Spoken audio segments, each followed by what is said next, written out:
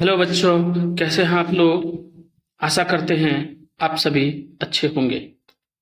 बच्चों, जैसा कि कल हमने प्रकाश चैप्टर, जो क्लास 10th का चैप्टर है प्रकाश आप लोगों का, इसका पहला वीडियो किया था जिसमें 25 ऑब्जेक्टिव हमने करवाया था। आज हम लोग 25 से आगे फिर 25 ऑब्जेक्टिव लिख करके आए हैं और आज हम लोग ये 25 ऑब्जेक्टिव आगे करेंगे। कल यहाँ तक हुआ था 25 नंबर क्वेश्चन तक। तो जो बच्चे कल नहीं देख पाए थे, यहाँ डिस्क्रिप्शन में मैं लिंक दे देता हूँ, आप इन्हें देख लीजिएगा। बाकी आज का वीडियो शुरुआत करते हैं पहले क्वेश्चन से। 26 नंबर का क्वेश्चन है, निर्गत किरण एवं अभिलंब के बीच को कहते हैं। निर्गत किरण एवं अभिलंब के बीच को कहते हैं निर्गत कोण। क्या कहते हैं? निर्गत कोण। दूसरा देखिए, 1 मीटर फोकस दूरी वाले उत्तल लेंस की क्षमता होगी। 1 मीटर फोकस दूरी वाले उत्तल लेंस की क्षमता क्या होगी? तो 1D होगा। क्या होगा? 1D। चलिए क्वेश्चन नंबर 28 पे चलते हैं। किसी अवतल दर्पण द्वारा काल्पनिक सीधा तथा आवर्धित प्रतिबिंब बनता है जब वस्तु स्थिति होती है। वस्तु स्थिति कैसी होती है? दर्पण तथा उसके फोकस के बीच। मतलब जब वस्तु दर्पण तथा उसके फोकस के बीच होती है तो अवतल दर्पण द्वारा काल्पनिक सीधा तथा आवर्धित प्रतिबिंब बनता है। ध्यान से देखेंगे आप लोग और आराम से सुनिए, सभी क्वेश्चन याद हो जाएंगे। 2 बार 3 बार अगर सुन लेंगे तो 100% याद हो जाएगा। चलिए क्वेश्चन नंबर 29 पे, किस दर्पण द्वारा प्रतिबिंब सीधा एवं छोटा होता है? उत्तल दर्पण द्वारा। किस द्वारा? उत्तल दर्पण द्वारा। चलिए, अवतल दर्पण है। अवतल दर्पण क्या है? अभिसारी है। अवतल दर्पण अभिसारी है। चलिए क्वेश्चन नंबर 31, उत्तल दर्पण से बना प्रतिबिंब होता है काल्पनिक एवं छोटा। उत्तल दर्पण से बना प्रतिबिंब होता है काल्पनिक एवं छोटा।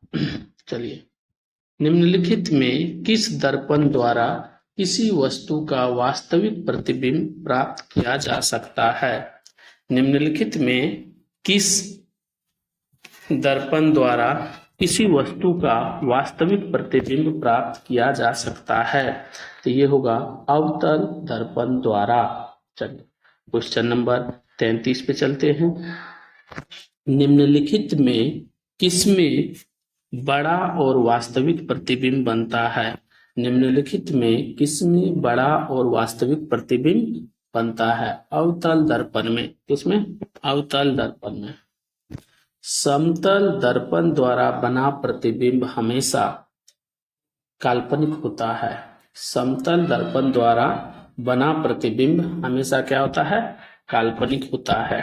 चलिए, किसी वस्तु का आवर्धित प्रतिबिंब बनता है। किसी वस्तु का आवर्धित प्रतिबिंब बनता है उत्तल दर्पण से। किससे? उत्तल दर्पण से, सॉरी अवतल दर्पण से। क्या होगा? आंसर ए होगा, अवतल दर्पण से। किसी वस्तु का आवर्धित प्रतिबिंब बनता है अवतल दर्पण से। चलिए क्वेश्चन नंबर 37 पे चलते हैं। काल्पनिक प्रतिबिंब हमेशा सीधा होता है। काल्पनिक प्रतिबिंब कैसा होता है? हमेशा सीधा होता है। चलिए क्वेश्चन नंबर 37 पे चलते हैं। किसी दर्पण में हमेशा आभासी और छोटा प्रतिबिंब बनता है उत्तल दर्पण में। किस दर्पण में हमेशा आभासी और छोटा प्रतिबिंब बनता है? तो उत्तल दर्पण आंसर होगा। चलिए क्वेश्चन नंबर 38 देखते हैं। निम्न में से किस दर्पण की फोकस दूरी घनात्मक होती है? किस दर्पण की फोकस दूरी घनात्मक होती है? तो उत्तल दर्पण। क्या होगा? उत्तल दर्पण। चलिए, गोलीय दर्पण और गोलीय दर्पण के ध्रुव और फोकस के बीच की दूरी को कहते हैं। गोलीय दर्पण के ध्रुव और फोकस के बीच की दूरी को कहते हैं फोकसांतर। क्या कहते हैं? फोकसांतर। आराम से देख लीजिए, गोलीय दर्पण जो है उसके ध्रुव और फोकस के बीच की दूरी को क्या कहते हैं? फोकसांतर।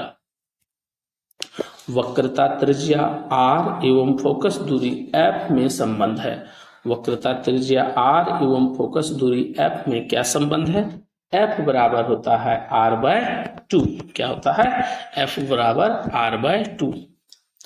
हजामत बनाने के लिए प्रयोग किया जाता है। हजामत बनाने के लिए अवतल दर्पण का प्रयोग किया जाता है। किसका किया जाता है? अवतल दर्पण का। चलिए, सोलर कुकर में प्रयोग किया जाता है अवतल दर्पण का। सोलर कुकर में किसका प्रयोग किया जाता है? अवतल दर्पण। चलिए, सर्च लाइट की परावर्तक सतह होती है।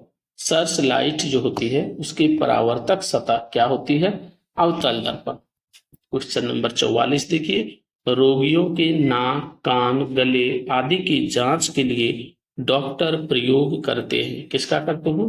अवतल दर्पण का। चलिए, क्वेश्चन नंबर 45 पे चलते हैं। पानी में डूबे एक उत्तल लेंस की फोकस दूरी हवा में इसकी फोकस दूरी की अपेक्षा क्या होती है? कम होती है।